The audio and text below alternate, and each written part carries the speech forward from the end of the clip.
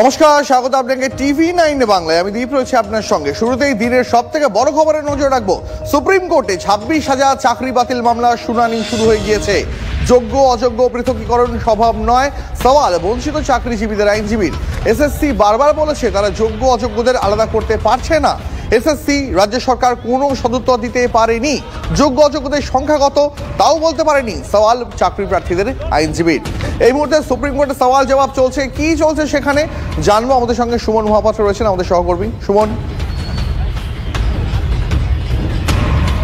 দেখো, বঞ্চিত চাকরি প্রার্থীদের আইনজীবী তৎসহ আইনজীবী মনিন্দর সিং তারা সওয়াল করছেন যে পৃথকীকরণ সম্ভব নয়। অন্যদিকে সিবিআই বলছে পঙ্কজ বনসাল এবং ডেটা স্ক্যানটেকের কাছ থেকে যে ওএমআর রিসিভ করা হয়েছে, উদ্ধার করা হয়েছে, তা প্রত্যেকটা অথেন্টিক এবং অরিজিনাল, অর্থাৎ যোগ্য অযোগ্য পৃথকীকরণ সম্ভব, এই দিকে ইঙ্গিত করছে সিবিআই। কিন্তু বঞ্চিত চাকরি প্রার্থীদের আইনজীবী স্পষ্ট করে বলছেন সম্ভব নয়, নতুন করে পরীক্ষা নেওয়া হোক। এখানে তুমি দেখতে পাচ্ছ ওয়াই চ্যানেলে যে শিক্ষকরা অবস্থান চালিয়ে যাচ্ছেন তারা বসে রয়েছেন এবং তাদের প্রত্যেকের হাতে মোবাইল ফোন এবং তারা নজর রাখছেন সুপ্রিম কোর্টের দিকে, সুপ্রিম কোর্টের যে শুনানি পর্ব চলছে সেদিকে। এবং তারা স্বাভাবিকভাবে আজকে শুনানি শুনছেন। কিন্তু যে কথা বলার, যে বঞ্চিত চাকরি প্রার্থীদের আইনজীবী তারা সরাসরি সওয়াল করছেন যে এই পৃথকীকরণ সম্ভব না। আমি কথা বলবো যারা রয়েছেন, যারা মামলা শুনছেন। এখানে সিবিআই বলছে পঙ্কজ বনসালের কাছ থেকে উদ্ধার হওয়া ডেটা অথেন্টিক, অর্থাৎ যোগ্য অযোগ্য পৃথকীকরণ সম্ভব।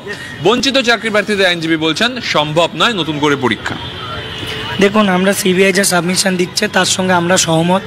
আমাদের খুব ভালো লাগছে যে সিবিআইয়ের সাবমিশনটা আমাদের পক্ষে যাচ্ছে এবং তারা এই যে টেন্টেড আনটেন্টেড যে সেগ্রিগেশন, সেটা তাদের সাবমিশন থেকে অনায়াসে করা সম্ভব। সিবিআই বলছে যে পঙ্কজ বনসাল ডেটা স্ক্যানটেকের কাছ থেকে যে ডেটা উদ্ধার হয়েছে মিলে যাচ্ছে, অর্থাৎ ওই সাদা খাতা, ব্ল্যাঙ্ক ওএমআর, এগুলো যে অথেন্টিক তারা সে কথা বলছে। তাহলে যাদের ব্ল্যাঙ্ক ওএমআর নেই তারা হচ্ছে যোগ্য। তোমরা তাহলে কি আলটিমেটলি কোন দিকে শুনানিটা যাচ্ছে? বঞ্চিত চাকরি প্রার্থীর আইনজীবী বলছেন সম্ভব নয় পৃথকীকরণ। আপনি যেটা বুঝছেন আমরাও সেটা বুঝছি। সমস্ত মানে যারাই এই বিচার ব্যবস্থার উপর ভরসা রেখেছে তারা সবাই সব কিছুই দেখতে পাচ্ছে যে যোগ্য কারা আর অযোগ্য কারা। যাদের উপরে দেওয়া ছিল যোগ্য অযোগ্য আলাদা করতে হবে, তারাই কিন্তু ঠিকঠাকভাবে তথ্য দিয়ে সাহায্য করছে যে যোগ্য আর অযোগ্যকে আলাদা করা সম্ভব, এবং সেটাই কিন্তু আজকে সিবিআই কোর্টে প্রডিউস করছে।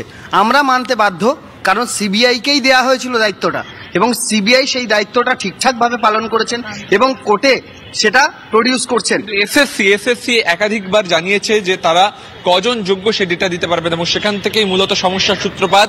আজকে চাকরি ইনস্টেক এই যোগ্য শিক্ষকদের সওয়াল জবাব চলছে, আদালতের দিকে প্রত্যেকে নজর রয়েছে।